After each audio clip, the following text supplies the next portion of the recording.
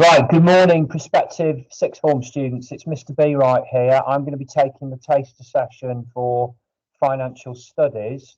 If I could just quickly have some confirmation in the chat, please, that you can hear me okay. If you can hear me, can you type yes in the chat now, please?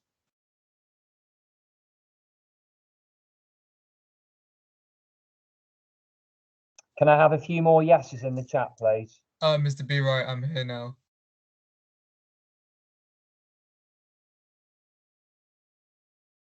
Thank you to Ashton and Dior and Farrell. Thank you. Just to let you know, this session is being recorded, and this is the taster session for financial studies LIBF. So we're going to start very shortly. Welcome to those of you that are here, whether you're currently at Shenley or you're joining us from another school. Welcome. And I hope you find the session useful and informative. Okay, we are recording. Okay, right, I am going to get started then.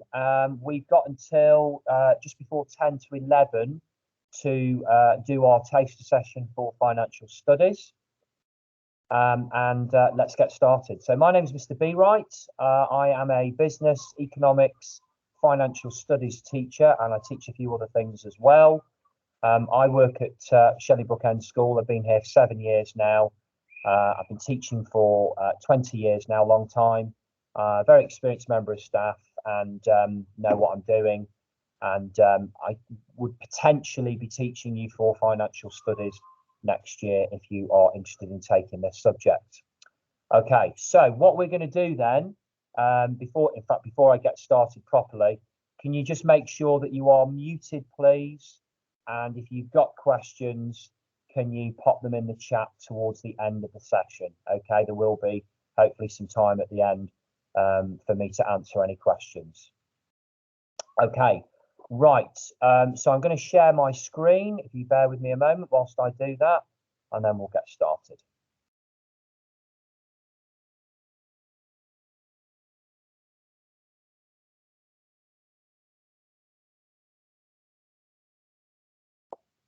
Okay, right.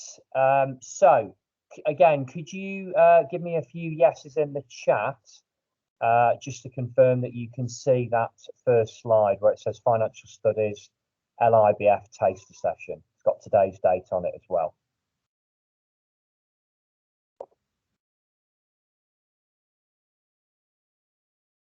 Okay, thank you, Arian. Thank you, Steffi. Thank you, Ashton.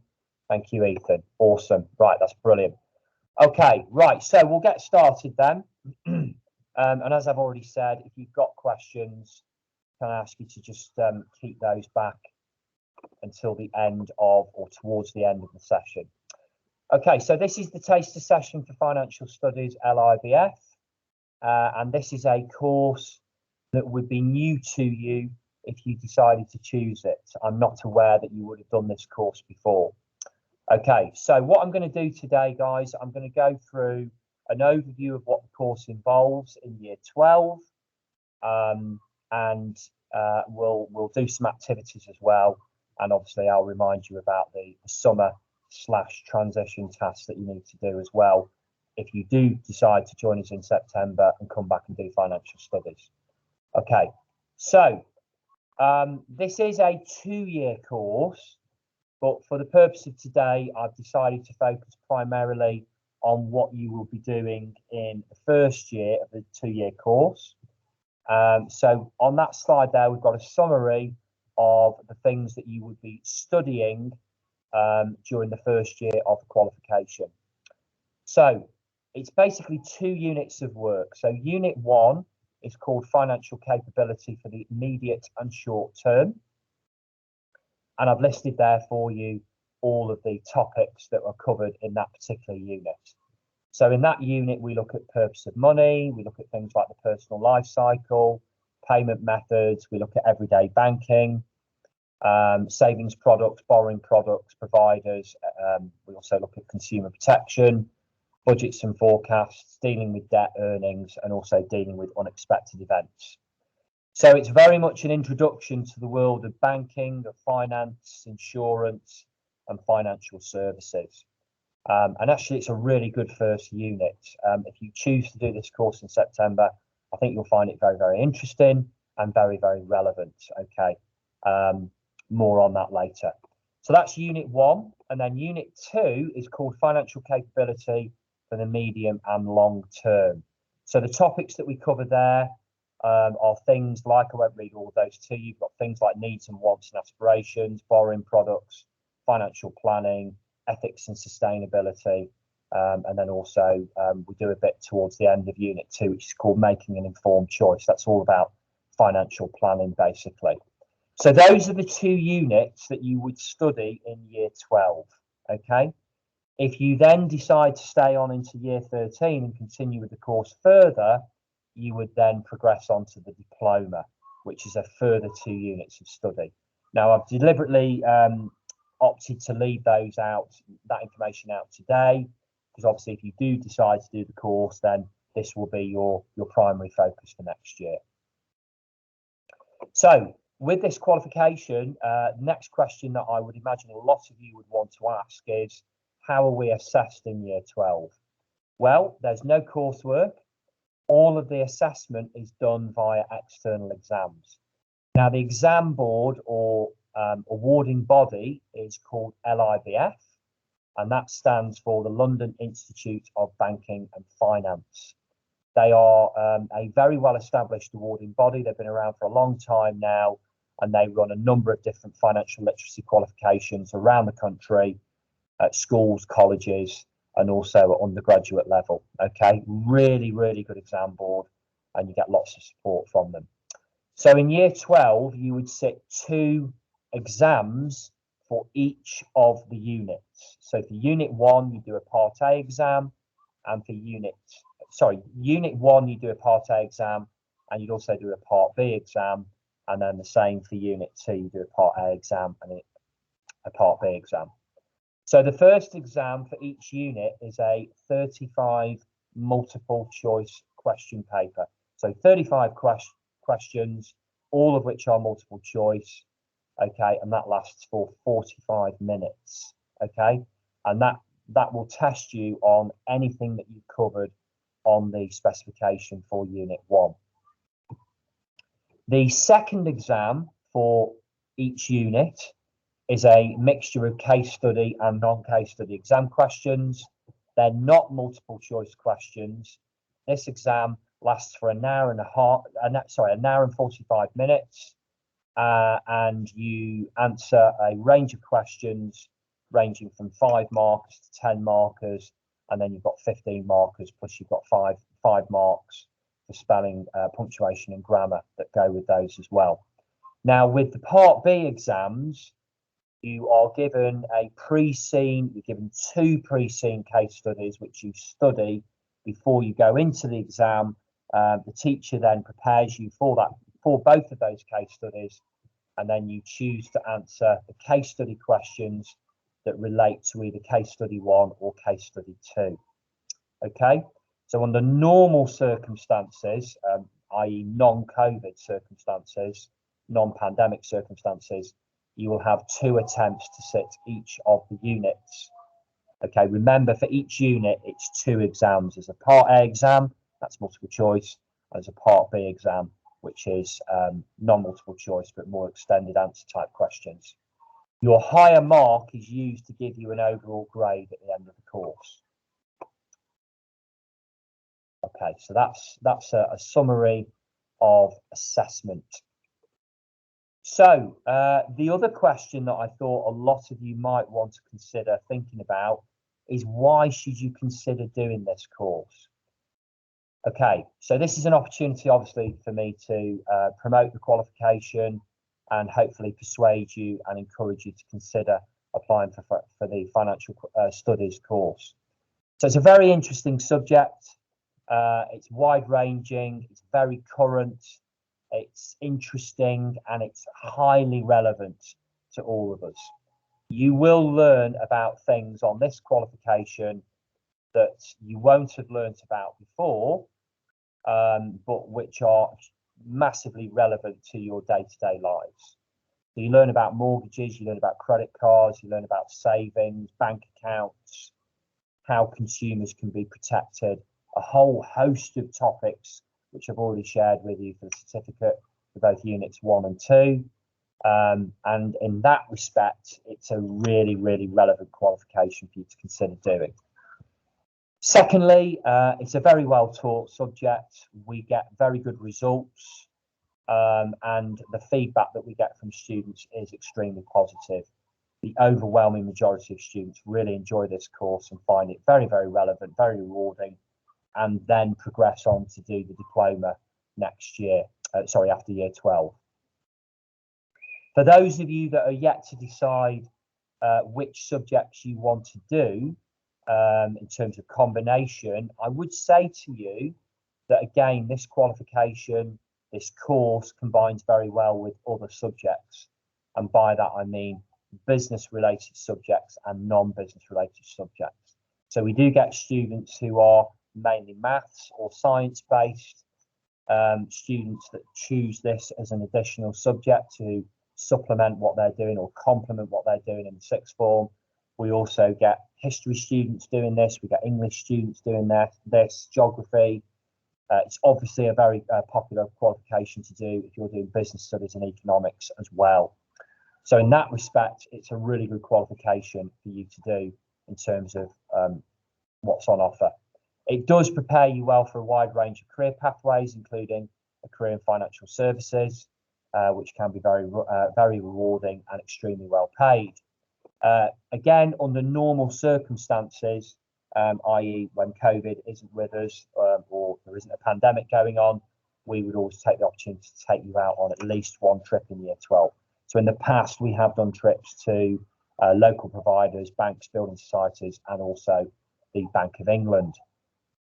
The resources that are provided both in school and more importantly, in many ways, by LIBF are also really, really good, high quality. You get a textbook for each of the units. You also get access to their website, which is absolutely superb and it's got loads of resources on it as well. So there's a bit of a summary as to why I think you should consider doing this qualification. Okay, next thing I think you do need to consider is whether or not you are potentially cut out for this qualification. So the key question there is, what should you bring to the course? And by that I mean Shenley students will understand ask, attitude, skills and knowledge. So let's start with attitude. You've obviously got to have the right attitude for any kind of post-16 study. It's definitely a jump up from GCSE. There's a big focus on independent study and learning and consolidating what you've been taught in class beyond the classroom. So you've got to have the right attitude to do well. A willingness to read widely and engage in class discussion and presentation work is absolutely essential for this course. An ability and a desire to question things constructively is definitely necessary. You will learn about stuff which is very, very current, but is also subject to criticism as well. So again, if you're quite a questioning, inquiring student, then I would suggest this is a course that you might want to consider. I've talked about learning beyond the classroom. That's a given. It's really important that you meet deadlines and that your verbal and your written communication skills are high quality. So ideally, you need at least a level 5 in maths and also English to get onto this qualification. Yeah, that's that then on in terms of entry requirements as well. Math skills are important. It is a finance qualification after all, so that you would expect to be some maths in there. So you do need to have an ability to crunch the numbers, so to speak. Okay, right. I'm just going to pause it there for a moment. Has anybody got any questions so far before I move on to some of the activities that I'm going to do with you today? So I'm just going to pause for literally 2 minutes. And if anyone's got any questions, feel free to pop them in the chat. Thank you.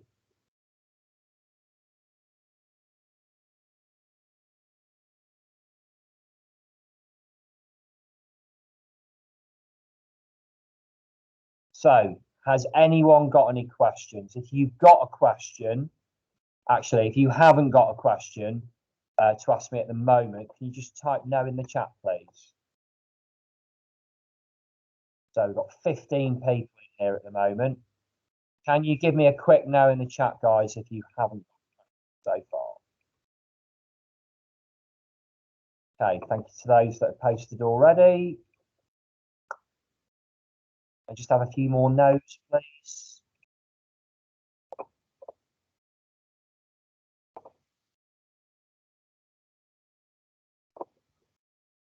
Okay, right, awesome. So I will carry on then.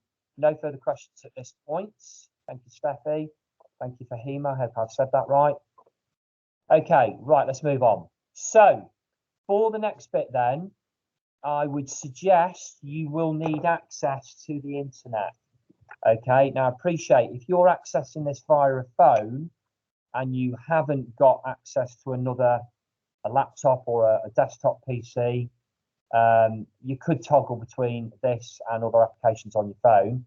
What I need you to do is if you could have a look at the link that's above here, so where it says www.hsbc.com, etc., etc.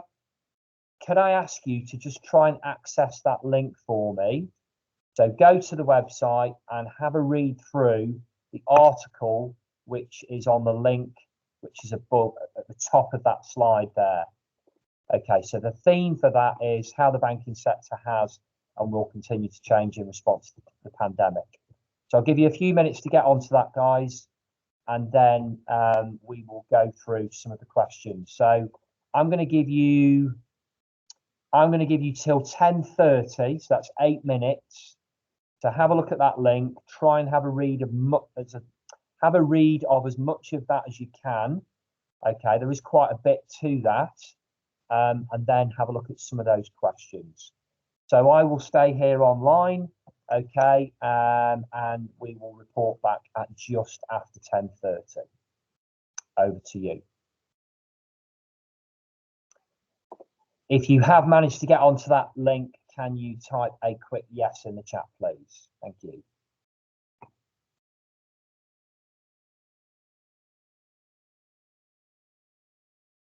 Thanks, Ethan. Thanks, Sophia. Excellent. Looks like everyone's on that.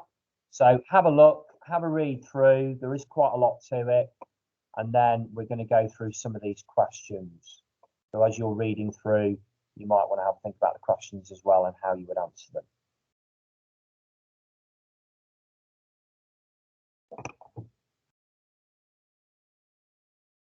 So guys, you've got till just after 10:30 to do what I've just asked you to do. Thank you.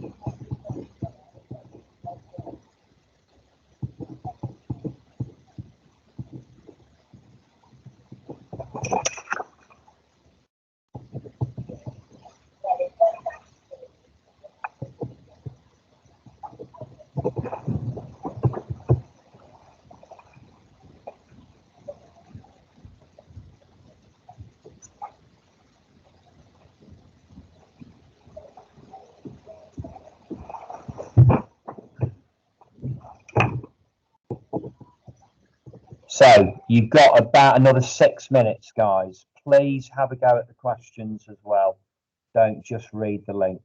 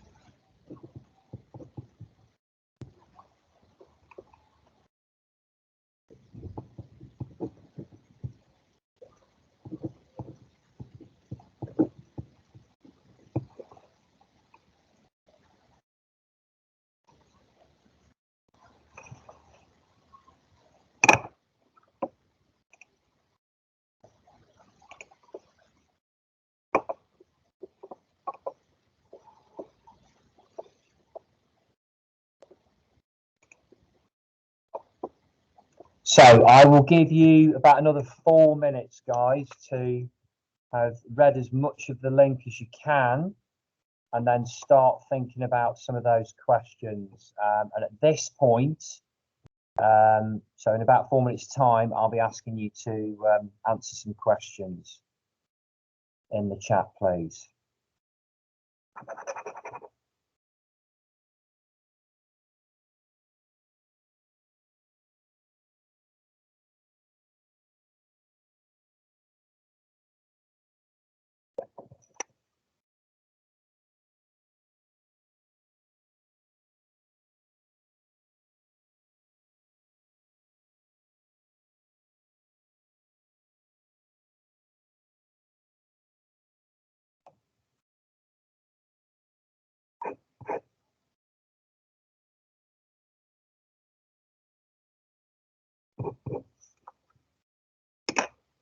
So about 3 minutes to go, guys, 3 minutes.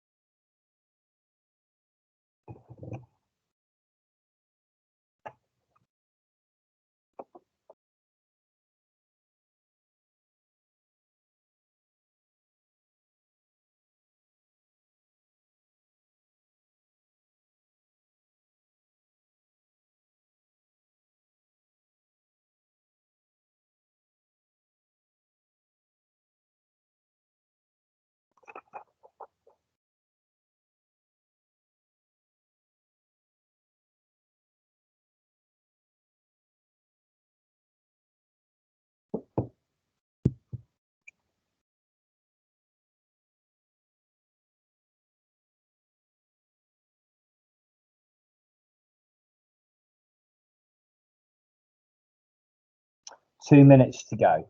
2 minutes.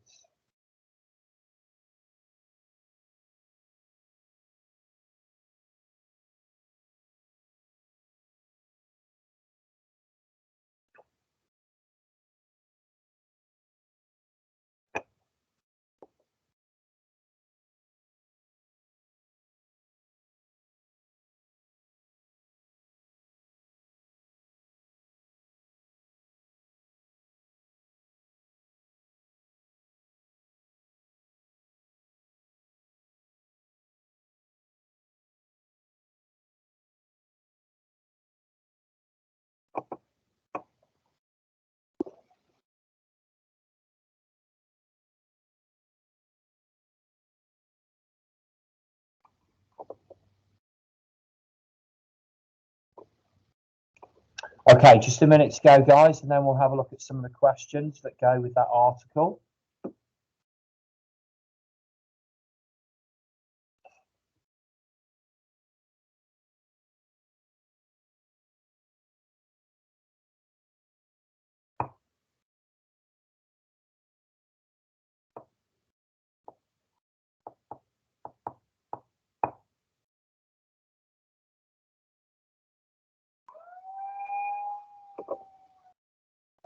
In case you're wondering what that noise is, we've got Year 7 Sports Day going on here today. So my classroom is right next to the field. So half a minute.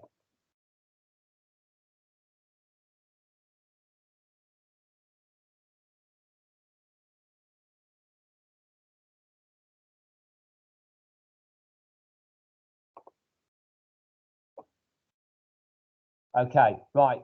Can I ask you to use the hands up facility just to confirm that you've read as much as you can of that article, please? Can I have some hands up, please, on that one?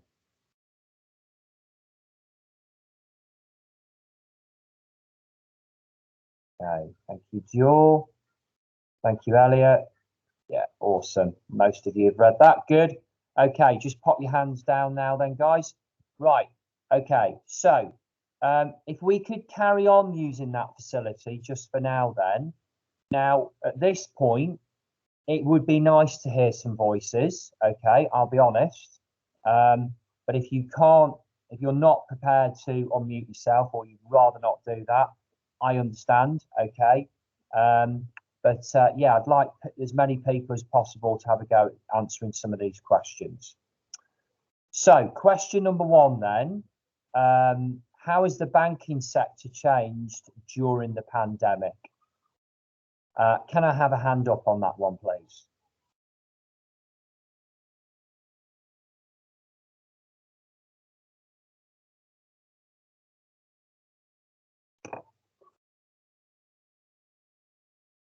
Okay, Steffi, are you happy to unmute yourself, Steffi? Hi. Hi, Steffi, I can hear you. So they have changed mostly, like they've digitalized most of their work. So more e-banking has come in than physical banking. Good, well done. So yeah, that's a really good answer, Steffi. So basically what a lot of the banks have had to do during the pandemic is they've had to obviously use technology, a bit like what I'm doing now, to deliver this taster session with you today remotely. Banks have had to change their working practices as well. Okay. Do you think that's been a good thing, Steffi? Do you think the banks have dealt with that well? What, have you got an opinion on that? I have a 50-50 thought on it because like it's good because like, the contact is less and things like that. But when I look into safety, there are times where it can, people can hack into things and get in other information and, sometimes steal in and do things like that. Yeah, it's a really good answer, that, Steffi. Well done. I agree with everything that you've just said there. Although the banks have moved towards that increased digitalisation, and a lot of banks now, most banks have got an app, haven't they, that goes with their services. You do still have the potential to be a victim of fraud and people hacking into your account and getting hold of your personal information. That's one of the topics that we learn about on the course, actually. So that's very, very relevant. Okay. Right. Well done, Steffi. Thank you for doing that. And thank you for talking. It's great to hear a voice. So if you pop your hand down now, Steffi, please, that would be great. Thank you, Steffi. Have I got somebody else then to raise their hand in response to question two? So question two, was the banking sector changing before the pandemic? If yes, then how and why? Have we got a hand up on that one? Or alternatively, if you're not prepared to raise your hand, have we got some answers in the chat on that, please? Oh, Joe, go on, Joe.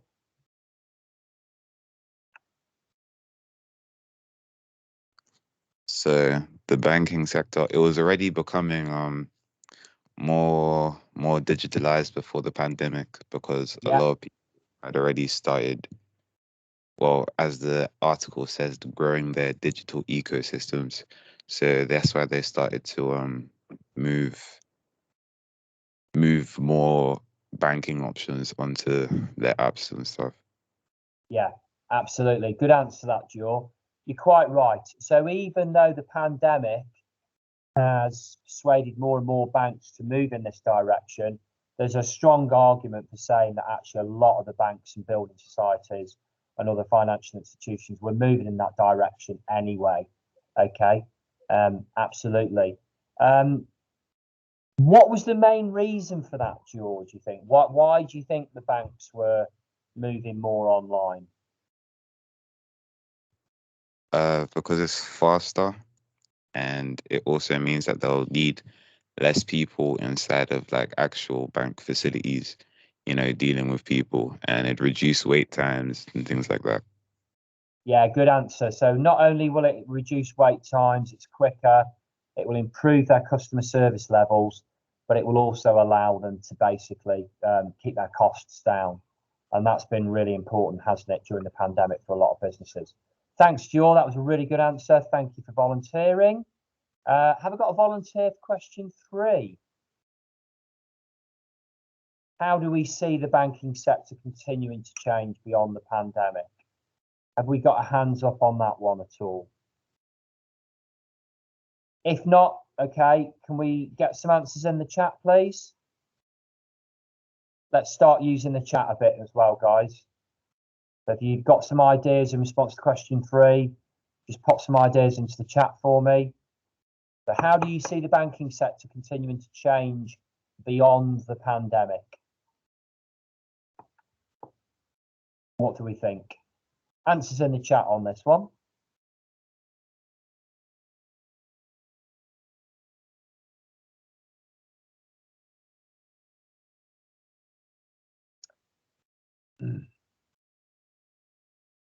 Right, come on then, guys. I'm going to need some answers in the chat, please. Otherwise, I've got very little to work with. How do we see the banking sector continuing to change beyond the pandemic? Anyone got any ideas?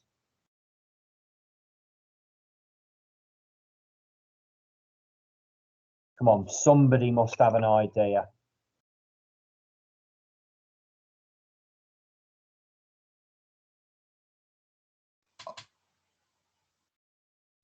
Oh, sorry. Did you say question 4? No, we're on question 3. Sorry, who was that? Oh, it's me, Ariane. Ariane. Are you happy to go through question 3, Ariane? I suppose. Yeah, I'll try question 3. I think the banking sector is using more electronic stuff than manual stuff. Yeah, I agree. Using like Well done. contactless payment systems. Yeah. Do you think that's a good thing? In terms of physical health among others, it's a good thing. But in terms of money, it's not good or bad. Actually, it's kind of bad because there are higher chances of people being scammed. Yeah, absolutely. Yeah, that does happen quite a lot. And thank you, Ariane. Thank you for that contribution. That's really good. And like you say, you know, there is this increased potential for people to be scammed, to be victims of fraud. Okay, that's happened to me actually a few years ago. It wasn't a very pleasant experience. Steffi's put a good one in the chat. Cards are being used more than cash. Okay. Yeah, I'm sure you've got your own opinions on that. Some people would say it's a good thing. Other people of certain age groups still prefer to use cash as well. So there is still a role for cash. And like you said during the chat as well, banking is probably looking more towards becoming more and more digitalized. Yeah. You will need a higher security system as well. Well done, Steffi. That's good. Okay. Ariane, can I just ask you to go through number 4 as well quickly? Because I think you're going to look at number 4. Yeah, I could do number 4. I think in society, banks give people money from their accounts, and people can take out loans and stuff. Yeah, good. Is there anything else you can do with a bank? Any other services that banks provide? That's like basically all money related, to be honest. Yeah, absolutely. So borrowing money, saving money, investing money. A lot of the banks offer insurance services as well. You will learn all about that on this course. You know, all highly relevant, which was the point I was trying to get across at the start of the session. Yeah, you'll learn about all of those different types of products, different providers, interest rates. There's a bit of economics in here as well, definitely. And it's very much interlinked with business as well. Good. Thank you, Ariane. That was good. Anyone got any ideas about question 5? How and why are banks regulated in the UK? When we talk about bank regulation, has anyone got any ideas? Let's have some ideas in the chat on that one.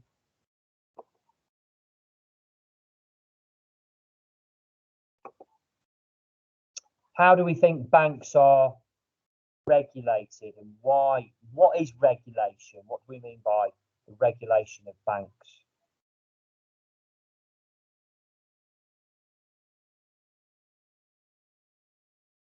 If I help you out a little bit, regulation is to do with laws and legislation, things that the government does. Bit of a clue there. What do we think, guys? Why would banks need to follow laws and regulations? Answers in the chat.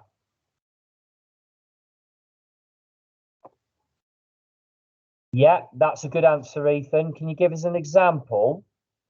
of how banks might need to handle things differently?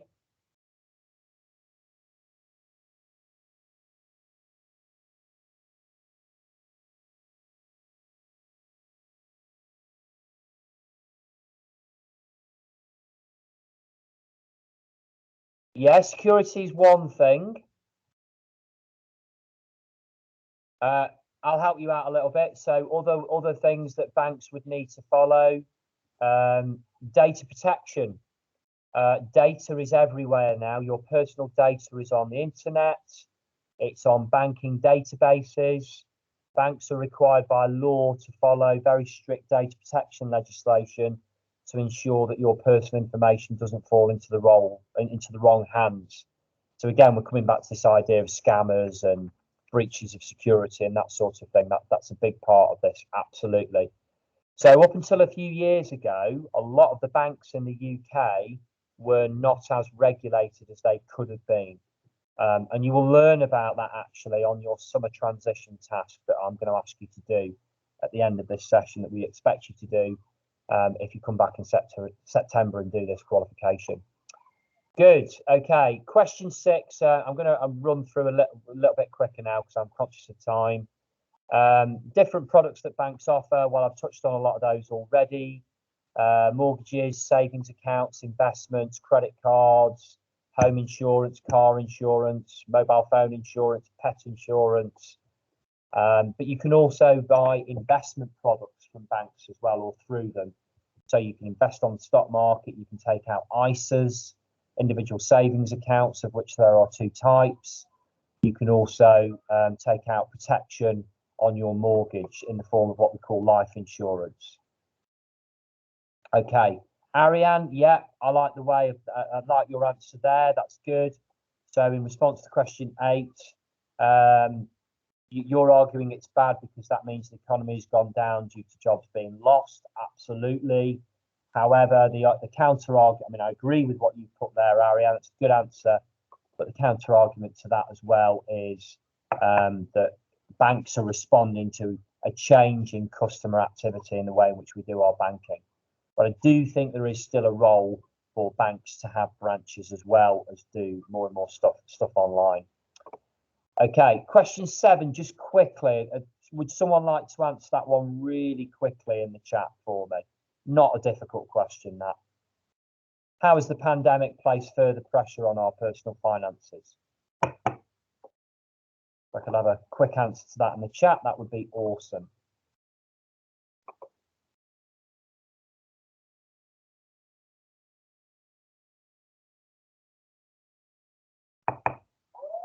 Okay, we've got an answer to question 7 quickly. How has the pandemic put pressure on people's finances? Come on, let's have a couple of answers in the chat, please.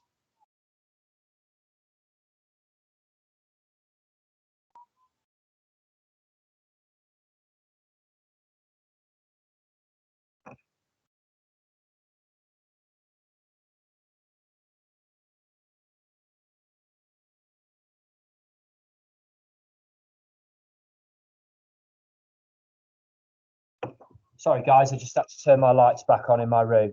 Okay, yeah, some people have lost their sources of income. Well done, Dior. And if they were supporting family, children, partners, then yeah, absolutely. Yeah, well done, Alpha. Job losses, absolutely, lots of job losses. And no doubt, unfortunately, there's probably more to come. Good, okay. Right, we are nearly out of time, guys. So I had planned to do another activity with you.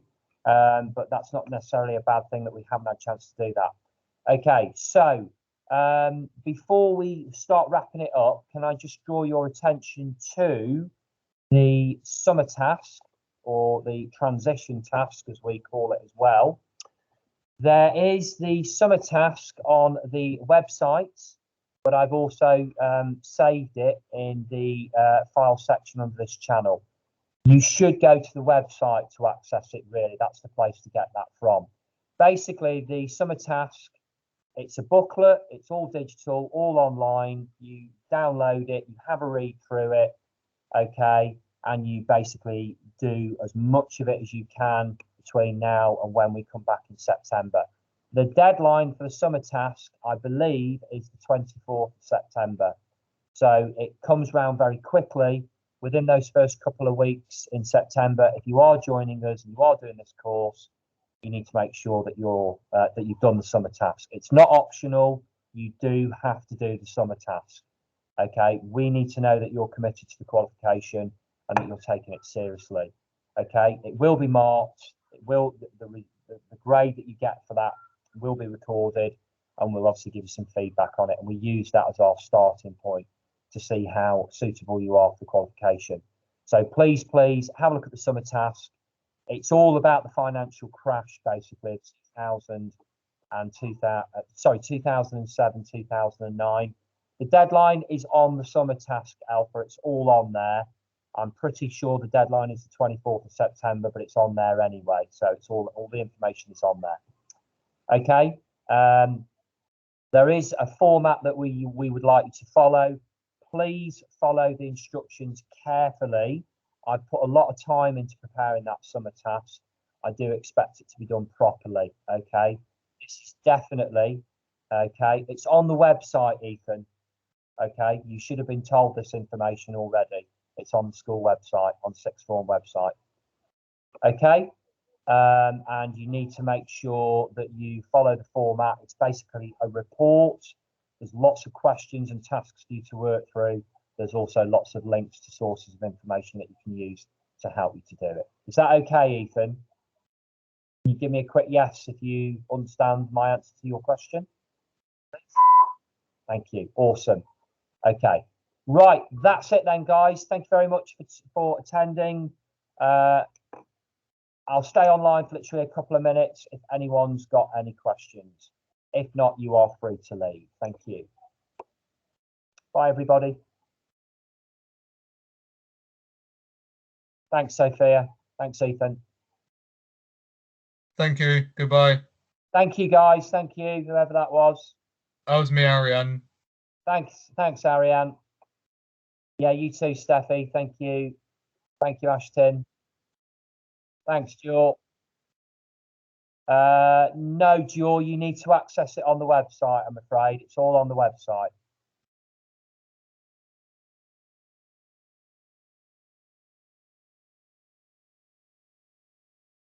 And if you struggle to access it, can you email Mr. Greenhouse, please? Thank you. Thank you, Salman. Okay, guys, if you've not got any questions, then if you could leave the session so I can close it down. Thank you. Thanks, Alpha. Okay, Queenie, have you got any questions?